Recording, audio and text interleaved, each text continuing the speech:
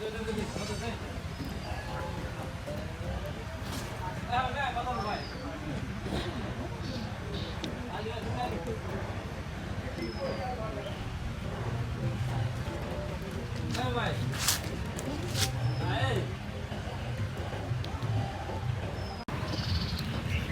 আলাইকুম নানুয়াপুরা।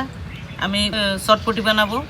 এই যে ডাবলি লবণ দিয়ে সেদ্ধ করে নিছি, চটপটি মশলা দিয়ে আলু সেদ্ধ করে নিছি, ডিম কেটে নিছি সেদ্ধ করে, এই যে টক পানি বানাইছি, পেঁয়াজ, ধনেপাতা, কাঁচামরিচ এগুলো সব কেটে নিছি। এখন সব একসাথে মিলিয়ে চটপটি খাবো আমরা।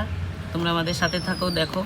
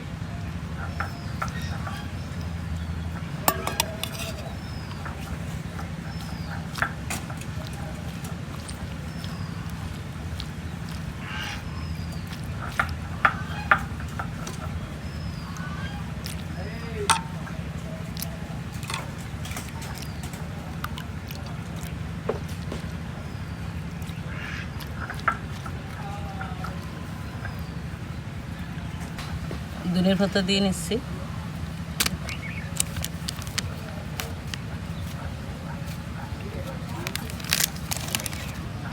এটা চটপটির মশলা দিয়ে দিলাম আমি।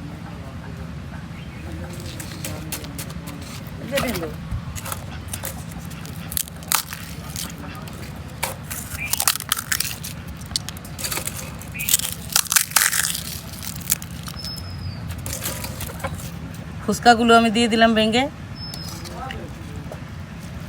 দাঁড়া,